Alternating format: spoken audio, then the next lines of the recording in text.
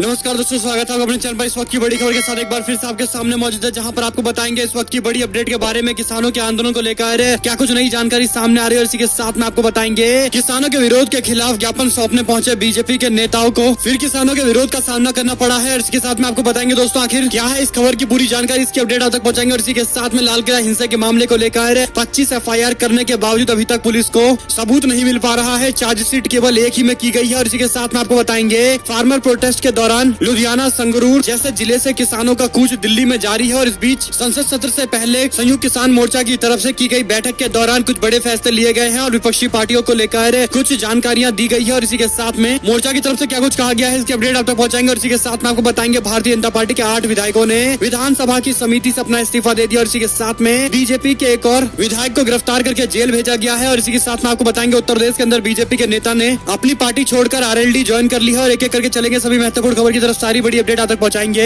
इसी के साथ में आपको बताएंगे एक एक करके सारी बड़ी जानकारी के बारे में। लेकिन उससे पहले अगर आप भी देश के अंदर चल रहे किसानों के आंदोलन का पुरजोर समर्थन करते हैं और संसद सत्र के दौरान तीनों कृषि कानून को वापस करने की मांग करते हैं, तो इस वीडियो को लाइक करके लाल बटन दबाकर चैनल को सब्सक्राइब करके घंटी को दबाकर कमेंट बॉक्स में जय जवान जय किसान, किसान एकता जिंदाबाद जरूर लिखिएगा दोस्तों। और इसी के साथ में इस वीडियो को अपने लोगों तक शेयर करना बिल्कुल मत भूलिएगा। इसी के साथ चलते हैं पहली और बड़ी अपडेट की तरफ, जहां पर राजपुरा की घटना समेत भारतीय जनता पार्टी के नेताओं पर हो रहे विरोध के खिलाफ भारतीय जनता पार्टी ने SSP को ज्ञापन सौंपा। बीजेपी के नेताओं के SSP को ज्ञापन सौंपने की खबर मिलते ही किसानों ने एक बार फिर से बीजेपी के उन नेताओं का विरोध करना शुरू कर दिया जो ज्ञापन सौंपने के लिए पहुंचे थे। कुल मिलाकर भारतीय किसान यूनियन के नेताओं ने बीजेपी के नेताओं का विरोध किया और SSP कार्यालय का घेराव करते हुए बीजेपी के नेताओं के खिलाफ जमकर रोष जाहिर किया। और इस दौरान बीजेपी के खिलाफ नारेबाजी भी की गई है। आपको बता दें कि किसान संगठनों ने पुलिस लाइन संगरूर के दोनों गेटों का घेराव करते हुए बीजेपी के नेताओं के खिलाफ जमकर नारेबाजी की है। और इस दौरान किसान नेता गुरदीप सिंह ने कहा कि हम काले कानून का विरोध कर रहे हैं। भारतीय जनता पार्टी किसान नेताओं को परेशान कर रही है। जब तक बीजेपी के वर्कर यहाँ से नहीं जाएंगे तब तक धरना जारी रहेगा। दूसरी तरफ बीजेपी के सीनियर नेता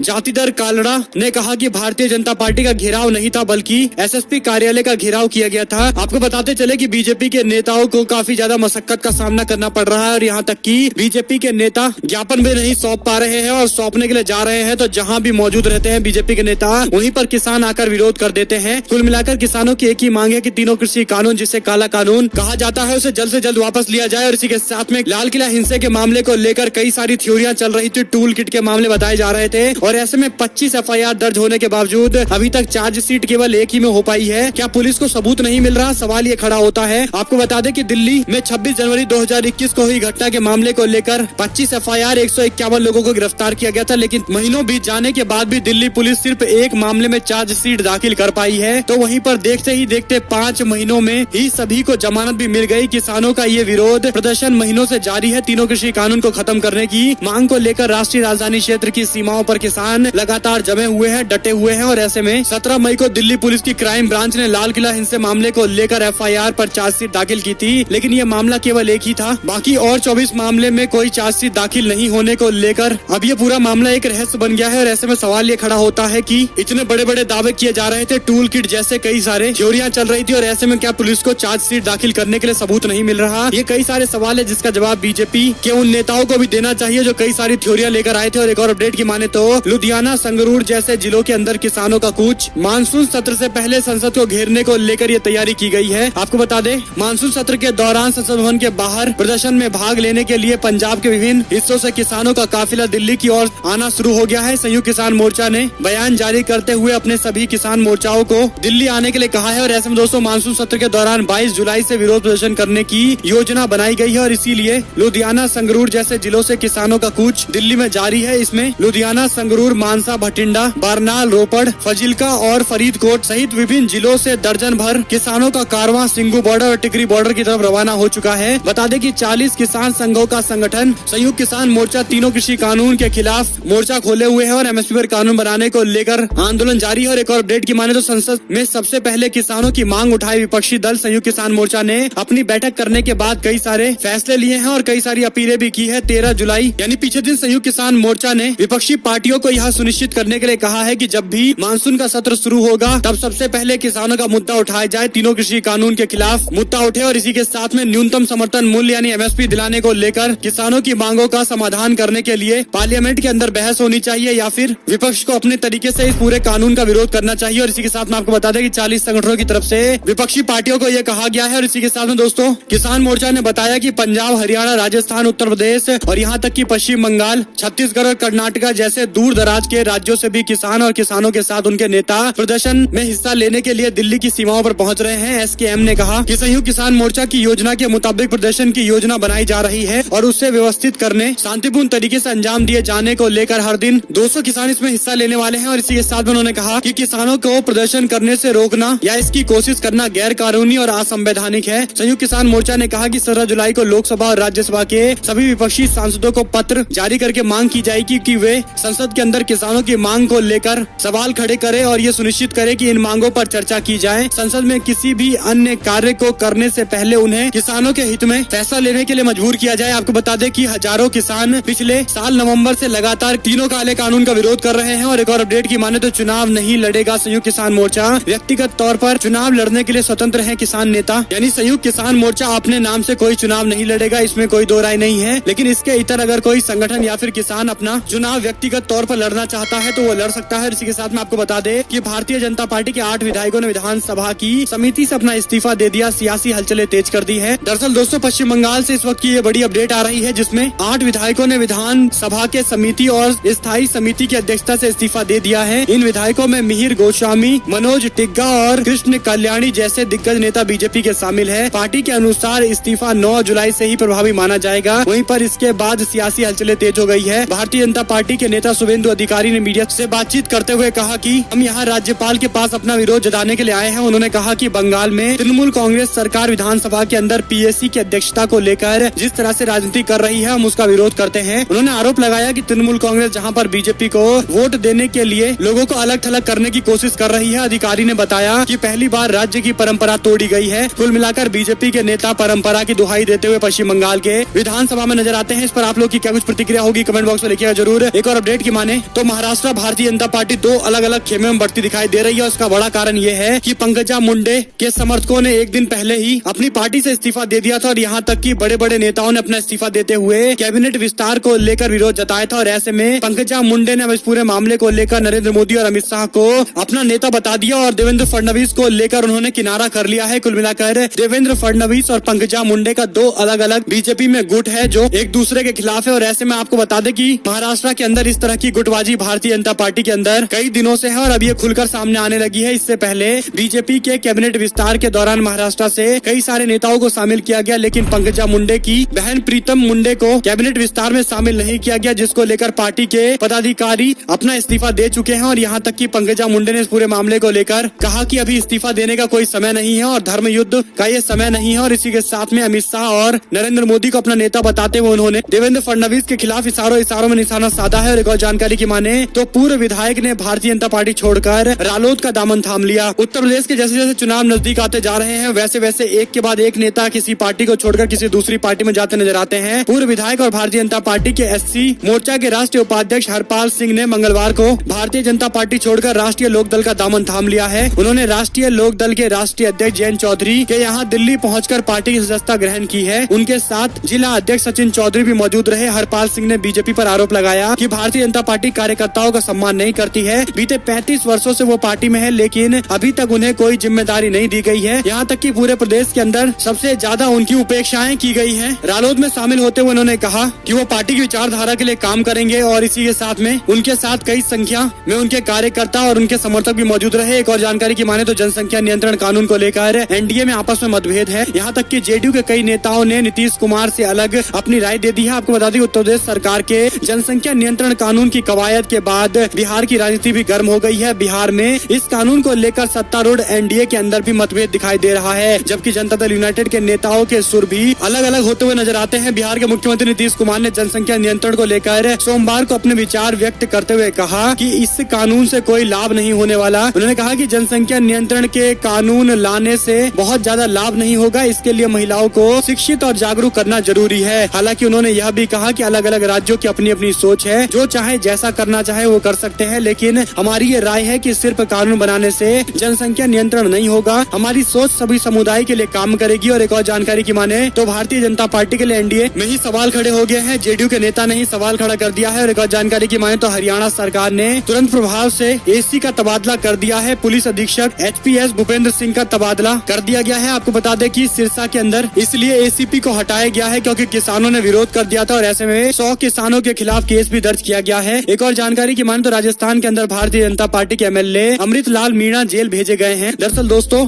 उदयपुर के सलमपुर से बीजेपी के विधायक अमृतलाल मीणा का फर्जी मार्कशीट से जुड़े मामले को लेकर जेल भेजा गया है। मीणा ने इस मामले को लेकर सुप्रीम कोर्ट के आदेश के बाद सोमवार को कोर्ट में सरेंडर कर दिया। आपको बता दें बीजेपी के नेता के खिलाफ ये बड़ी कार्रवाई की गई है और इसी के साथ में गिरफ्तारी का ये मामला काफी गंभीर है। एक और अपडेट की माने तो संसद में जनसंख्या नियंत्रण विधेयक पेश करने के लिए रवि किशन तैयारी कर रहे हैं, लेकिन बड़ी बात यह है कि रवि किशन के खुद 4 बच्चे हैं और सवाल ये खड़ा होता है कि आखिर जिस कानून में 2 बच्चे पर लिमिट लगाकर कानून बनाने की बात चल रही है वहाँ पर सबसे पहले ये रवि किशन को खुद लागू करना चाहिए था, लेकिन इस तरह की जो जानकारियां हैं जिसमें खुद फॉलो करते नजर नहीं आते लेकिन कानून लाने की तैयारी कर रहे हैं। और एक और अपडेट की माने दोस्तों तो कोरोना महामारी की वजह से उत्तराखंड में रद्द कर दी गई कांवड़ यात्रा। इससे पहले जो कुंभ मेला कराया गया था जिसकी वजह से दूसरे फेज के अंदर कई सारे कोरोना के मामले सामने आए थे और ऐसे में सरकार की तरफ से ये अच्छा फैसला लिया गया है। उत्तराखंड के अंदर लोगों की जान बचाने के लिए किसी बड़ी गैदरिंग को रोका गया है। और एक और अपडेट की माने तो आरक्षण की मांग को लेकर सड़कों पर उतरे निषाद कश्यप समाज के लोगों ने भरी हुंकार। ये खबर है उत्तर प्रदेश के टुंडला से, जहां पर आरक्षण की मांग को लेकर निषाद कश्यप समाज के लोगों ने पदयात्रा निकालकर आरक्षण के लिए हुंकार भरी है। मथुरा के निवासी समाज सेवी कुंवर सिंह निषाद के नेतृत्व में पदयात्रा निकाली गई। इसी के साथ में कांग्रेस पार्टी ने 14 जुलाई यानी आज संसदीय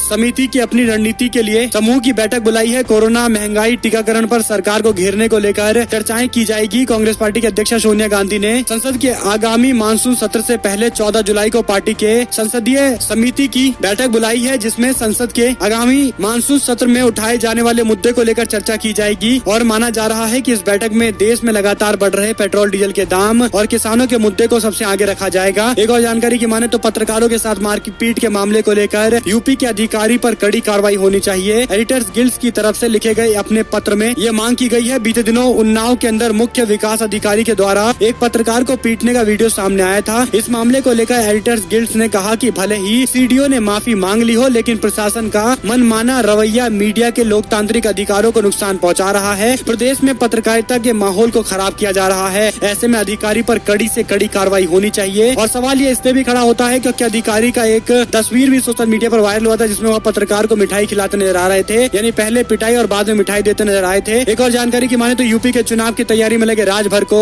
आम आदमी पार्टी का तगड़ा झटका। संजय सिंह ने कहा कि ऐसी कोई बातचीत नहीं हुई है। राजभर ने कहा था कि वह केजरीवाल से मिलने वाले हैं, लेकिन संजय सिंह ने आकर इस बात को क्लियर करते हुए कहा कि ऐसी कोई बातचीत नहीं हुई है। राजभर जो बोल रहे हैं वो गलत बोल रहे हैं। केजरीवाल ने उनसे मुलाकात के लिए कोई भी उनको समय नहीं दिया है। और एक अपडेट की माने तो प्रियंका गांधी के लखनऊ दौरे का कार्यक्रम में बदलाव किया गया है। दरअसल सिद्धू और कैप्टन अरविंदर सिंह के बीच में छिड़े विवाद को सुलझाने के लिए प्रियंका गांधी दिल्ली में ही रुक गई और ऐसे में 16 तारीख से यानी 16 जुलाई से मिशन यूपी की तैयारी करेंगी। एक और अपडेट की माने तो विधानसभा उपचुनाव की तारीखों के ऐलान पर सस्पेंस बरकरार है। 15 जुलाई को इलेक्शन कमीशन से टीएमसी सांसदों की फरियाद दोस्तों इस्तेमाल करके छोड़ देती है मोदी सरकार। गोरखालैंड के हाल को लेकर विमल गुरुंग की तरफ से बयान दिया गया है। उन्होंने इससे पहले बीजेपी का विरोध किया था विधानसभा चुनाव में और तृणमूल कांग्रेस का समर्थन करते हुए कहा था कि वह गोरखालैंड की जितनी भी मांगे हैं उन सभी मांगों को पूरा करने की उम्मीद अब ममता बनर्जी से लगाते हैं। और बाद में ममता बनर्जी को बड़ी जीत भी मिल गई है। देखते हैं कि क्या ममता बनर्जी गोरखालैंड की मांग को लेकर कुछ फैसला लेती हैं या नहीं लेती हैं। इसी के साथ में दोस्तों महाराष्ट्र में राजनीतिक संकट जारी। अशोक चव्हाण समेत कांग्रेस पार्टी के कई बड़े नेताओं ने शरद पवार से मुलाकात की है। कांग्रेस पार्टी के अध्यक्ष नाना पटोले के बयान को लेकर राज्य के अंदर राजनीतिक संकट गहराता नजर आ रहा है। वहीं इस बीच कांग्रेस पार्टी के प्रभारी एच.के. पाटिल, राज्य के राजस्व मंत्री बाला साहब थोराट, लोक निर्माण मंत्री अशोक चव्हाण के रकम्पा के प्रमुख शरद पवार से मुलाकात के बाद सियासी हलचलें तेज हो गई हैं। एक और अपडेट की माने तो ट्विटर पर जीतन राम मांझी से भिड़े लालू के पार्टी के कई सारे बड़े नेता। बिहार में सियासी हलचलों के बीच में पूर्व सीएम जीतन राम मांझी और लालू यादव की पार्टी के विधायक नेता सोशल मीडिया पर एक दूसरे पर वार पलटवार करते नजर आए। लालू राबड़ी सरकार पर एक ट्वीट को लेकर राजद के विधायक ने मांझी पर अटैक किया। बता दें कि पिछले दिनों तेज प्रताप यादव और जीतन राम मांझी के बीच में मुलाकात हुई थी, जिसके बाद कहा जा रहा था कि कुछ सियासी खिचड़ी पक रही है। लेकिन पूर्व सीएम और हम के सुप्रीमो जीतन राम मांझी ने एक बार फिर से ऐसा ट्वीट कर दिया, जिसके बाद आरजेडी के नेताओं ने इस पर पलटवार किया है और बाद में दोनों पार्टी के नेताओं के बीच में वाद विवाद देखने को मिला। एक और अपडेट की माने तो लखनऊ के अंदर थानेदार की कुर्सी पर बैठे विधायक इंटरनेट पर मीडिया के माध्यम से तस्वीरें वायरल हो रही है। दरअसल दोस्तों इस तरह की तस्वीरें उत्तर प्रदेश में आम होती जा रही है। और एक और जानकारी की माने तो पंजाब के कांग्रेस पार्टी प्रभारी हरीश रावत का बयान, कहा पंजाब में कांग्रेस पार्टी जल्द ही गुड न्यूज देगी। सिद्धू और कैप्टन के बीच में आला कमान की बातचीत के बाद सब कुछ सुधर जाएगा। कांग्रेस पार्टी के नेता कई स्तर पर बातचीत कर रहे हैं, दोनों नेताओं को समझाने की कोशिश कर रहे हैं, समन्वय बिठाने की कोशिश कर रहे हैं और जल्दी सक्सेसफुल भी हो जाएंगे, इस तरह की उम्मीद भी जताई जा रही है। एक और अपडेट की माने तो विधानसभा उपचुनाव की तारीखों के ऐलान के बाद सस्पेंस बरकरार। 15 जुलाई को इलेक्शन कमीशन से टीएमसी के सांसदों की फरियाद होने वाली है, जिसमें वो मांग करेंगे कि जल्द से जल्द चुनाव कराया जाए ताकि ममता बनर्जी चुनाव जीत कर आए भवानीपुर सीट से और अपने मुख्यमंत्री पद को संभाले, क्योंकि अभी उनको 6 महीने के अंदर ही मुख्यमंत्री पद पर रहने के लिए विधानसभा का मेंबर होना जरूरी है, चुनाव जीत कर आना जरूरी है। एक और अपडेट की माने तो तीसरी लहर को मौसम अपडेट की तरह ना देखे, गंभीरता से ले इस मुद्दे को, जिम्मेदारियों को समझे। स्वास्थ्य मंत्रालय की तरफ से बयान जारी करते हुए कहा गया कि काफी गंभीर मामला है और ऐसे में तीसरी लहर पर हमें ज्यादा अलर्ट होने की जरूरत है। वहीं पर दोस्तों अनुशासनहीनता पर राष्ट्रीय लोकदल की कार्रवाई, 3 नेताओं को 6 साल के लिए पार्टी से बाहर का रास्ता दिखाया गया है। उत्तर प्रदेश के क्षेत्रीय दल राष्ट्रीय लोकदल ने कुछ बड़े फैसले लिए हैं। दरअसल दोस्तों पार्टी के नेता की तरफ से लिए गए फैसले में पार्टी के 3 बड़े नेताओं को बाहर का रास्ता दिखाया गया है, जिसमें पूर्व जिला अध्यक्ष रामवीर सिंह, बच्चन पहलवान और चौधरी देवराज के खिलाफ कार्रवाई की गई है। अध्यक्ष ने कहा कि इन तीनों नेताओं के सार्वजनिक झगड़े के वीडियो वायरल होने के बाद पार्टी के नेताओं ने ये फैसला लिया है, क्योंकि कार्यकर्ताओं को असहज स्थिति आ गई थी, कार्यकर्ताओं को जवाब देना पड़ रहा था। और एक और जानकारी की माने तो प्रधानमंत्री मोदी को लिखी चिट्ठी, SC/ST एक्ट में फंसाने की धमकी देता है पड़ोसी, कहा अपना लूंगा इस्लाम, अगर मेरी बातें नहीं मानी गई तो। ग्वालियर के अंदर ASP सत्येंद्र सिंह तोमर ने कहा कि इस मामले को लेकर दोनों पक्षों को बुलाया गया है, दोनों पक्षों को समझाया जाएगा और प्रशासन और पुलिस की मदद से इस पूरे मामले का समाधान किया जाएगा। एक और अपडेट की माने तो सिद्धू ने ट्वीट करते हुए आम आदमी पार्टी की जो तारीफ की है, उसके बाद से राज्य के अंदर एक और विकल्प खोलने की कोशिश कर रहे हैं नवजोत सिंह सिद्धू। इस तरह की चर्चाएं भी हैं और ऐसे में दोस्तों कैप्टन अरविंदर सिंह के साथ उनका जो विवाद है, क्या आगे बढ़ेगा या फिर सिद्धू जल्द ही आम आदमी पार्टी की तरफ से भी जा सकते हैं? ये कई सारे सवाल है जिसको जवाब जल्दी आना चाहिए। और एक और जानकारी की माने तो कांग्रेस पार्टी कर रही है लोकसभा में पार्टी के नेता की तलाश, यानी अधीर रंजन चौधरी को हटाने की तैयारी चल रही है और ऐसे में शशि थरूर जैसे नेताओं का नाम आगे है और G23 के कई सारे नेता हैं जिनके नामों को लेकर भी चर्चाएं चल रही है। हालांकि अंतिम फैसला कांग्रेस पार्टी के नेताओं को लेना है, शीर्ष नेतृत्व को लेना है। एक और अपडेट की माने तो महाराष्ट्र सरकार के खिलाफ बयानबाजी के मामले को लेकर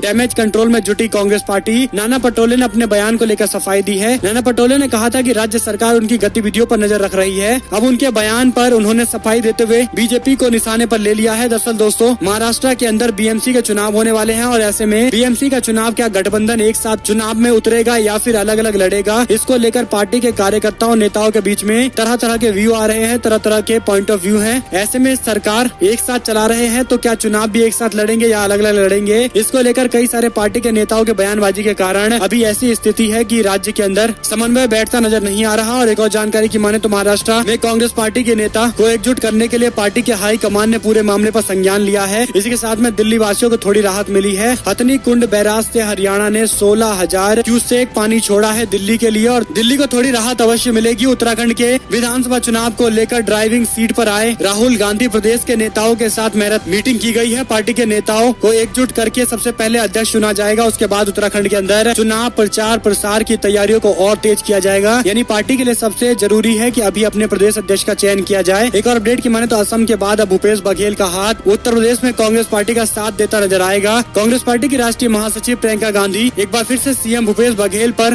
दांव लगाने जा रही हैं और उनको उत्तर प्रदेश के चुनाव में तैयारी के लिए उतारा जा रहा है। इसी के साथ में एक और अपडेट की माने तो चंद्रशेखर ने निकाली साइकिल यात्रा, कहा चुनाव के वक्त आते हैं ऐसे आतंकी, असली आतंकी तो बीजेपी में बैठे हुए हैं। भारतीय जनता पार्टी सरकार के दौरान कई सारे गिरफ्तारियों को लेकर उन्होंने सवाल खड़ा किया है। आजाद समाज पार्टी के राष्ट्रीय अध्यक्ष चंद्रशेखर आजाद ने अलीगढ़ के अंदर बहुजन साइकिल रैली निकाली। उन्होंने लखनऊ में पकड़े गए आतंकवादियों पर कहा कि चुनाव के वक्त में ही ऐसे आतंकवादी निकलकर सामने आते हैं, जबकि सच्चाई ये है कि असली आतंकवादी बीजेपी में बैठे हुए हैं। इसी के साथ में आपको बता दें कि ये सारी बड़ी अपडेट आज जिसकी जानकारी हमने आप तक पहुंचाई है। और अगर ऐसे में आपको एक भी खबर अच्छी लगी हो तो इस वीडियो को लाइक करिएगा, लाल बटन दबाकर चैनल को सब्सक्राइब करिएगा, घंटी को दबाइए, हमारे साथ लगातार बने रहिए। जुड़े रहने के लिए सभी दोस्तों का बहुत बहुत धन्यवाद। आप लोग देख रहे थे आपका अपना चैनल। जय हिंद, जय भारत, वंदे मातरम।